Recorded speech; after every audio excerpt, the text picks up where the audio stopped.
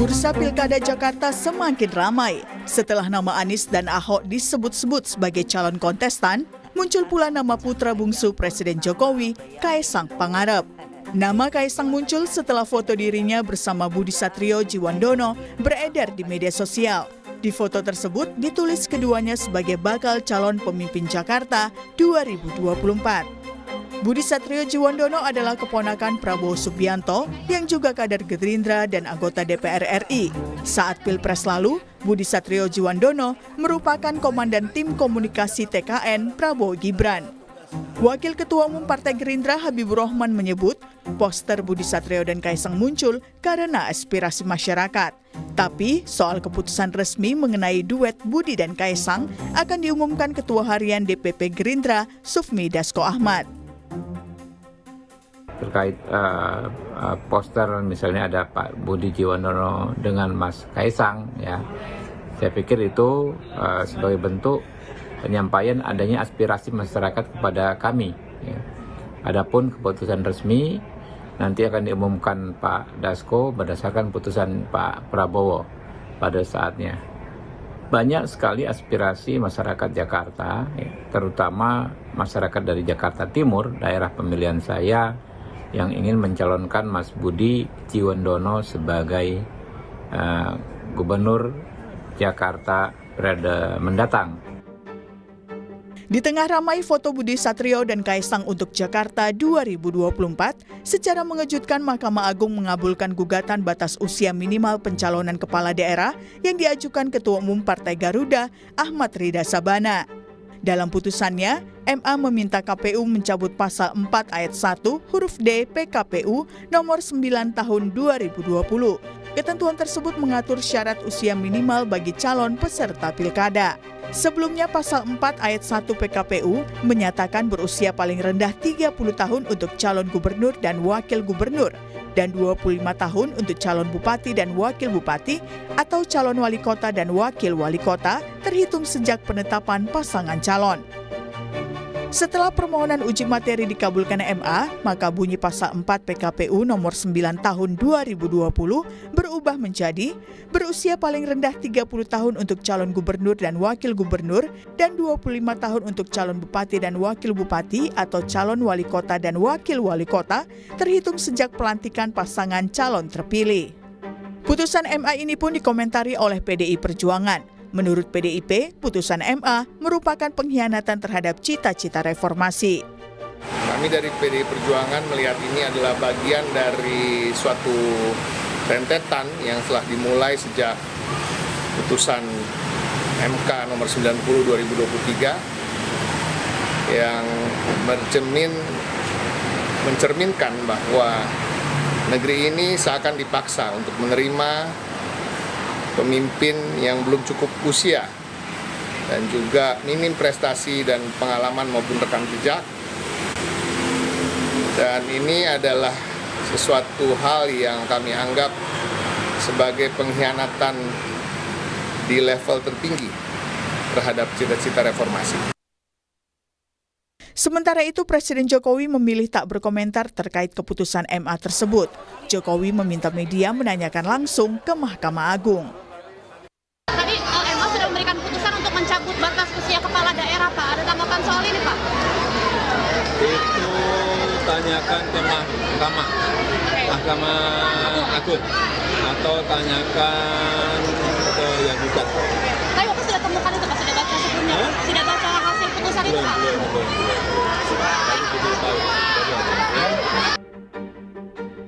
Lalu akankah duet Budi Satrio-Djiwandono dan Kaesang Pangarep akan terwujud? Siapkah keduanya bersaing dengan Anies di Pilkada Jakarta? Tim Liputan, Kompas TV. Mahkamah Agung mengabulkan gugatan mengenai batas usia di pemilihan kepala daerah. Yang mengejutkan, putusan dikeluarkan hanya dalam waktu 4 hari sejak diajukan. Singkat sekali. Dan bersamaan pula dengan viralnya foto putra bungsu Presiden Joko Widodo Kaesang Pangarep dan Budi Satrio-Djiwandono yang bertuliskan bakal calon pemimpin Jakarta 2024. Nah, benarkah MA mengubah aturan untuk membuka jalan bagi Kaesang Pangarep melaju di Pilkada Jakarta? Kita akan bahas soal ini bersama analis politik sekaligus Direktur Eksekutif Carta Politika Yunarto Wijaya. Selamat pagi Mas Toto. Selamat pagi Mas Radi. Ya, ini kayak dejavu nih saya nih, sebelumnya kita bahas rame-rame kemarin sebelum Pilpres, sekarang terjadi lagi sebelum Pilkada Jakarta. Ada yang bisa Anda analisis soal ini, Mas Toto? Sebenarnya yang mengagetkan adalah kalau kita masih kaget. Ya. Karena sebetulnya kan sudah ada pola yang terjadi ya. Apakah ini tidak bisa disamakan dengan keputusan MK nomor 90? Banyak sekali kemiripan. Bukan hanya dalam konteks terkait dengan kecurigaan masyarakat penggunaan hukum, terkait dengan kepentingan elektoral keluarga tertentu. Lalu kalau kita bicara penggugatnya ya, tadi kan Pak Jokowi bilang tanyakan penggugatnya. Ya. Penggugatnya Partai Garuda, Ketua Umum Partai Garuda, yang juga dulu pernah melakukan gugatan dalam rangkaian peristiwa menuju keputusan MK nomor 90. Ada PSI, ada Garuda, ada beberapa kepala daerah yang kebetulan adalah kader Gerindra. Dari sisi ini pun kan, dan kita tahu Garuda ini ketua umumnya kalau disebutkan tadi adalah keluarga dari Ahmad Riza Patria. Betul. Sangat Ahmad kental Ridho kaitannya Sabana dengan ya. Partai Gerindra. Ya. Kalau ditanyakan lalu kenapa langsung curiga Kaesang? Kalian mengada-ngada misalnya begitu. Ya. Bukan orang yang mengada-ngada. Sebelum ramainya keputusan MK ini, beberapa hari terakhir sudah muncul wajah Kaesang. Yang memunculkan adalah petinggi Partai Gerindra juga di sosmednya. Berbarengan dengan Budi Jiwandono, Cagup dengan Cawagup. Kalau tadi Habibur Rahman juga mengatakan alasannya, misalnya Budi Satrio Jiwandono disebabkan karena keinginan masyarakat Jakarta Timur. Ya. Saya kok yakin tidak ya, karena Budi ini bukan dapil Jakarta Timur. Dapil Jakarta Timur itu Habib. Ya. Budi ini wakil dari Kalimantan Timur. Jauh sekali Jadi dapilnya. saya nggak tahu gitu logikanya dari mana. Jadi ya sudahlah, saya pikir ini kan sudah jelas pattern yang ada. Mas Kaesang pun menjadi ketua umum di PSI itu disebabkan oleh proses yang sangat instan. 2 hari langsung jadi ketua umum. Jadi saya pikir kita tidak perlu kaget lagi. Dan silahkan kalau Mas Kaesang mau maju sekalian gitu, saya pikir jangan nanggung. Ada Mas Mobi maju, ada Mas Gibran maju, ada Mas Kaesang maju, dan ya sudah, biarkan masyarakat yang kemudian menilai, termasuk kita akan menguji masyarakat Jakarta yang katanya paling rasional, Betul. apakah bisa menerima pasangannya atau tidak.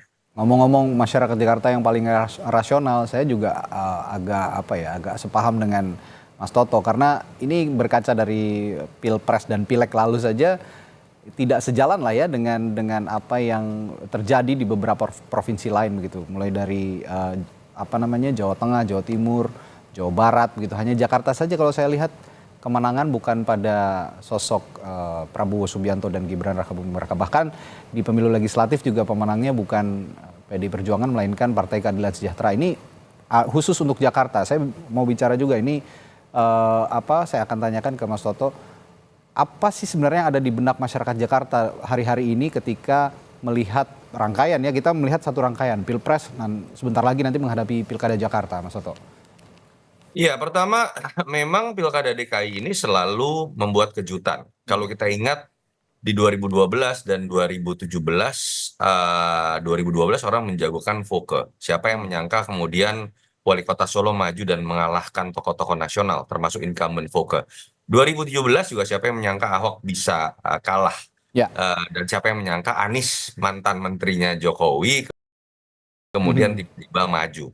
Jadi mungkin ya kalau saya menduga-duga itu juga yang ada di isi kepala teman-teman yang ingin mengajukan pasangan yang mengejutkan kalau jadi maju ya. Ada Budi Satrio Jiwandono dengan Kaesang, karena mungkin merasa ada mitos yang mengejutkan inilah yang akan menang. Tapi harus dilihat juga loh dalam pattern yang ada, apakah tidak pernah ada darah biru punya nama besar, anak muda juga yang pernah maju ada. Di situ ada nama Mas AHY, SBY, mantan presiden 2 periode, ganteng, muda, mewakili kaum milenial, dan kita tahu ada di peringkat terakhir dalam pertarungan dengan Ahok dan Anies. Ada indikasi apa harus dilihat juga. Jangan-jangan munculnya darah biru itu kan modal yang paling dimiliki ya oleh Budi dengan Kaesang, ponakan Prabowo dengan anaknya Jokowi. Belum tentu kalau di Jakarta itu menjadi faktor yang bisa menguatkan, bisa jadi malah itu akan melemahkan. Apalagi kalau lawannya adalah Anies Baswedan. Lebih menarik lagi kalau ada Ahok juga di situ. Anies dan Ahok orang bisa lihat kerjanya apa, sementara dua sosok yang pengen dimajukan ini kita belum tahu sepak terjangnya, tapi punya nama besar. Saya meyakini kalau situasi seperti itu bukan tidak mungkin malah akan berakhir seperti AHY. Oke. Ini balik lagi ke putusan MA tadi nih Mas Toto. Ini memutus dalam waktu 4 hari sebenarnya. Singkat sekali ya. Sekarang sudah sedang trennya yang instan-instan sepertinya untuk putusan-putusan seperti ini. Memang biasa kalau memang dilihat putusan-putusan ini muncul di tahun-tahun politik, melihat tren yang serba singkat, serba instan tadi itu, Mas Toto. Kalau buat saya begini, bukan hanya masalah instan saja ya. Ada beberapa hal yang kalau dalam logika awam, saya nggak mau mengatasnamakan hukum karena saya bukan orang hukum. Betul, ya. Ini dari kacamata politik saja. Agak janggal. Pertama, ketika Partai Garuda yang memunculkan lagi, dan kita tahu banyak sekali pembahasan bahwa Partai Garuda dianggap sebenarnya sangat dekat dengan Gerindra. Di situ kan ada potensi konflik of interest, seperti yang pernah terjadi misalnya pada rangkaian keputusan MK yang kontroversial kemarin. Ya. Yang kedua, kalau kita bicara mengenai PKPU yang sudah menyertakan tadinya terkait usia 30 tahun itu adalah pada saat penetapan calon. Iya, penetapan.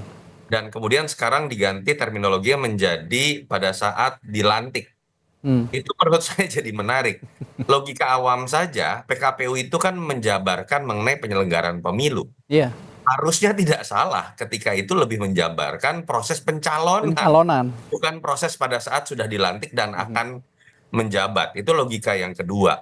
Ya. Yang ketiga, kalau kita mau bandingkan dengan keputusan MK 90, keputusan MK 90 itu jauh lebih banyak memberikan ruang buat anak-anak muda. Kalaupun mau itu jadi alasan ya.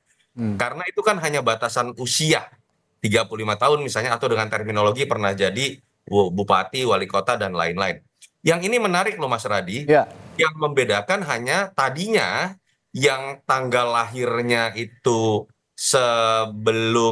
sesudah 27 Agustus 94 itu nggak bisa maju. Iya. Karena pendaftaran calon 27 Agustus. Betul. Sekarang yang bisa maju itu sampai kemudian katakanlah bulan akhir atau akhir Desember atau awal Januari 2025. Ya.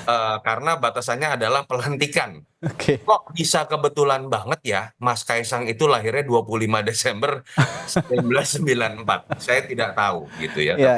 Tapi artinya kelonggaran yang diberikan oleh keputusan ini jauh lebih sempit dibandingkan keputusan MK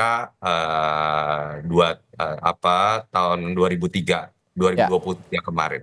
Ini yang menyebabkan menurut saya tidak salah kalau orang curiga, ditambah sudah muncul poster terlebih dahulu sebelum munculnya keputusan MA. Tapi apakah Kaisang pasti maju? Saya belum yakin bahwa Kaisang pasti maju juga. Ya. Tapi andai kata tidak maju, ini menurut saya bukan didasarkan pada kesadaran tentang kode etik demokrasi. Mereka seperti akan lihat survei dulu. Kalau surveinya jelek, walaupun water ya. MA udah dibuat, mungkin belum tentu maju. Iya.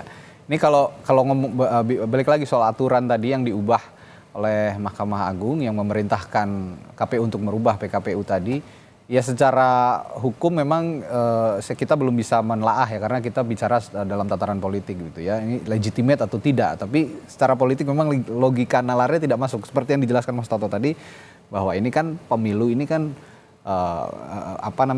idealnya melihat syarat usia itu berdasarkan pencalonan ya, tahapan pencalonan bukan pada saat pelantikan.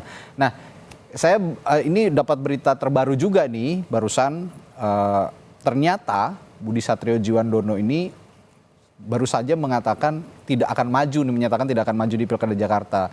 Ditugaskan oleh Pak Prabowo tetap berada di DPR, katanya begitu. ini gimana nih, ada dinamika yang baru lagi.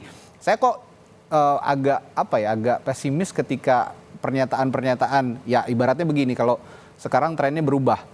Kalau biasa kita masang sen kanan terus, tiba-tiba beloknya ke kiri begitu. Nah, seringnya begitu belakangan ini di iklim politik di Indonesia. Kalau Anda melihat pernyataan Budi Satrio ini bagaimana dengan kemarin yang sudah viral gitu fotonya bareng Kaisang? Ya, pilihannya dua ya kalau terkait dengan fenomena politik dinasti, memaju-majukan anak mantan presiden, anak presiden terpilih misalnya. Yang pertama ya katakanlah misalnya ada perbedaan pendapat ini, katakanlah memang jangan-jangan suaranya belum bulat misalnya. Ya. Pilihan kedua misalnya bisa juga ini sekedar testing the water. Secara tidak langsung nama Budi Satriojiwandono pengenalannya atau awareness-nya akan naik nih.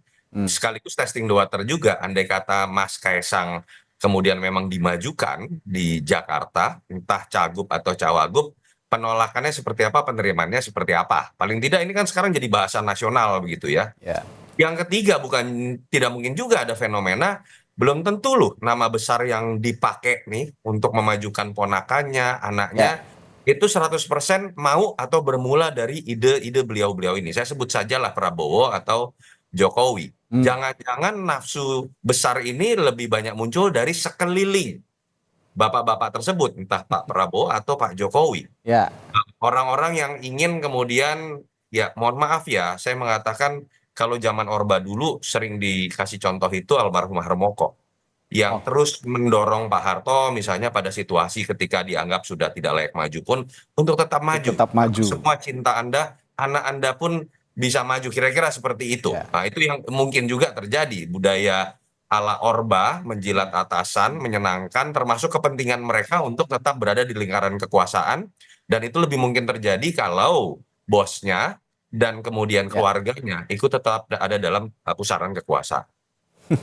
Jadi ya agak ragu juga ketika saat ini didorong-dorong padahal bosnya sendiri seperti kata Mas Toto tidak punya intensi seperti itu gitu ya kira-kira. Belum tentu idenya muncul, tapi kadang-kadang kan kalau semuanya menjilat, semuanya mendorong-dorong, sure juga gitu ya. Ini kita gunakan bahasa yang terjadi dalam Yang paling ekstrim begitulah ya bahasanya ya. Betul. Nah, jika resmi diusung Gerindra ini kita berandai lagi nih ya, karena ya seorang Sufmi Dasko, ketua harian DPP Partai Gerindra begitu, yang punya posisi sentral gitu di Partai Gerindra ini kan sudah memasang foto ini di akun media sosial. Nah, jika resmi diusung, apakah Budi Satrio dan Kaisang ini pasangan yang akan menarik perhatian dan akhirnya dipilih warga Jakarta? Kira-kira menurut Anda juga kan sering menelaah begitu ya, bagaimana elektabilitas tokoh-tokoh yang berseliweran di Jakarta ini. Bagaimana nih Mas Toto? Kalau dalam survei-survei yang ada sebelum, tentu saja nama Budi Satriojiwandono saya yakin tidak ada satupun lembaga survei yang pernah memasukkan. Kalau Kaisang masih ada ya? Ada, tapi tidak tinggi. Oke. Dan kalau kita lihat secara personal branding, sulit buat bersaing dengan tokoh seperti Anies atau Ahok yang jelas punya basis masanya tersendiri. Ya. Akan tetapi kan kita tahu, ini bukan tentang Budi, bukan tentang Kaisang. Ya. Ini tentang Prabowo dan tentang Jokowi. Ini tentang image kekuatan Prabowo dengan kekuatan image Pak Jokowi.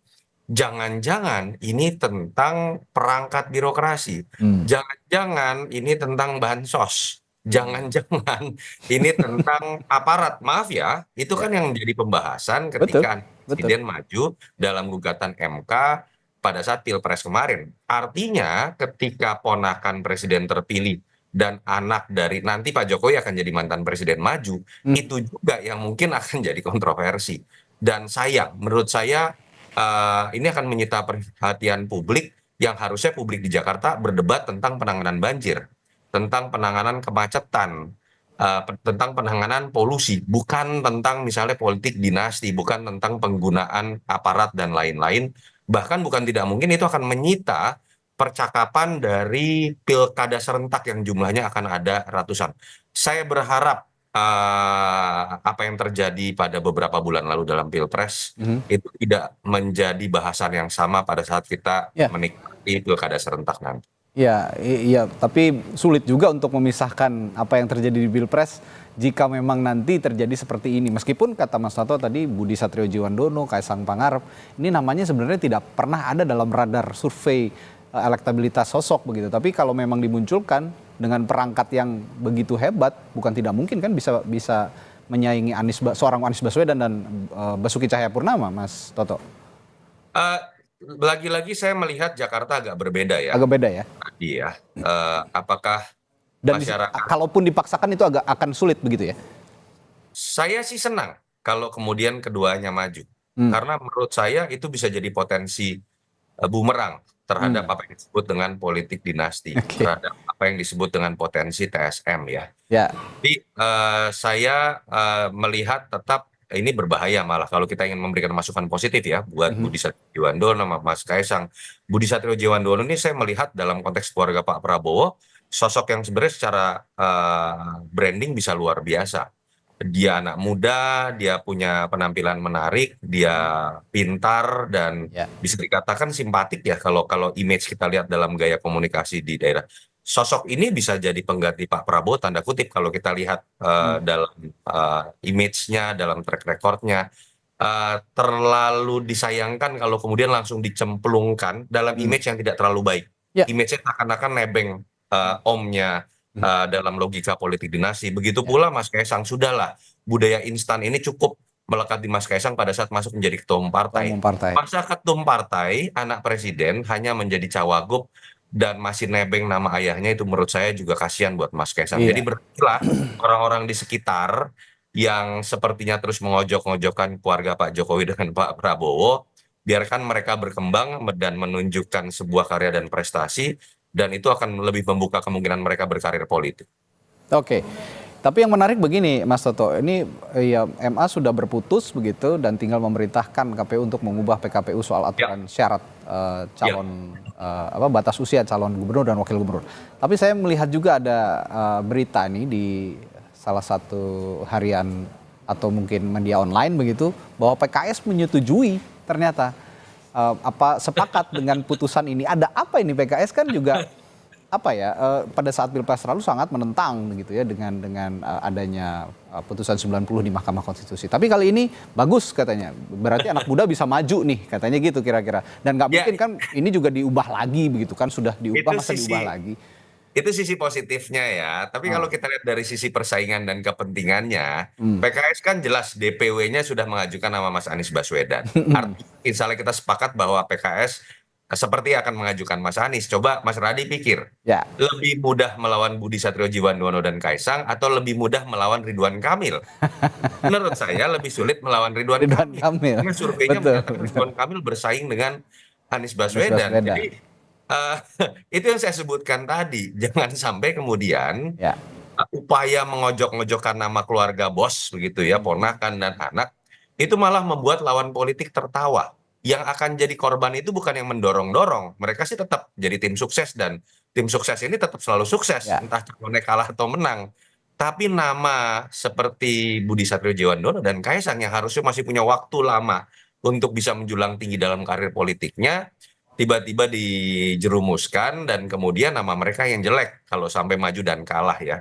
Dan di atas kertas kalau saya jadi pendukung Anies Baswedan, saya lebih senang melawan pasangan ini dibanding Ridwan Kamil ataupun Ahok. Karena di atas kertas masyarakat Jakarta jauh lebih rasional dan terbukti pada saat majunya Mas Ahaye 2017 penolakan terhadap politik dinasti itu cenderung tinggi. Saya kok agak suuzon nih pernyataannya Mas Toto mau mengarah ke biar dirasain sendiri nih katanya. Kalau memang nyemplung di Jakarta, kalau kalah biar tahu rasa sendiri gitu ya kira-kira ya. Saya malah memberikan peringatan. Yang tertawa seperti teman PKS itu yang saya agak curiga. Ya. Termasuk PKS saya rasa begitu ya. Ini agak satir juga sebenarnya ya. Jelas satir dan menurut saya memang pendukung Mas Anies ini agak berpikir kerasnya itu akan terasa ketika melawan Ridwan Kamil dan sangat mungkin Ridwan Kamil itu akan maju kalau dapat restu dari Pak Prabowo dengan Pak Jokowi membawa nama koalisi besar 02 yang akan diteruskan di Pilkada DKI nanti. Oke deh kalau gitu masih ada beberapa waktu ke depan kita lihat seberapa serius masih akan banyak kejutan lagi. Ya masih akan banyak kejutan dan seberapa serius sih sebenarnya pasangan Budi Kaisang ini untuk maju di Pilkada Jakarta. Apakah memang punya niat yang benar-benar serius karena penantangnya juga nggak main-main dan masyarakatnya juga tidak main-main gitu ya. Publik yang akan memilihnya juga tidak main-main, berbeda dengan daerah lain. Pasangan Budi Djiwandono dan Kaisang ini bisa survive sampai pencalonan dan juga mungkin nanti pas pemilihan di Pilkada Jakarta. Baik, terima kasih Direktur Eksekutif Carta Politika Yunarto Wijaya telah berbagi perspektifnya pagi hari ini. Sampai Indonesia Pagi. Terima kasih Mas. Terima kasih. Selalu.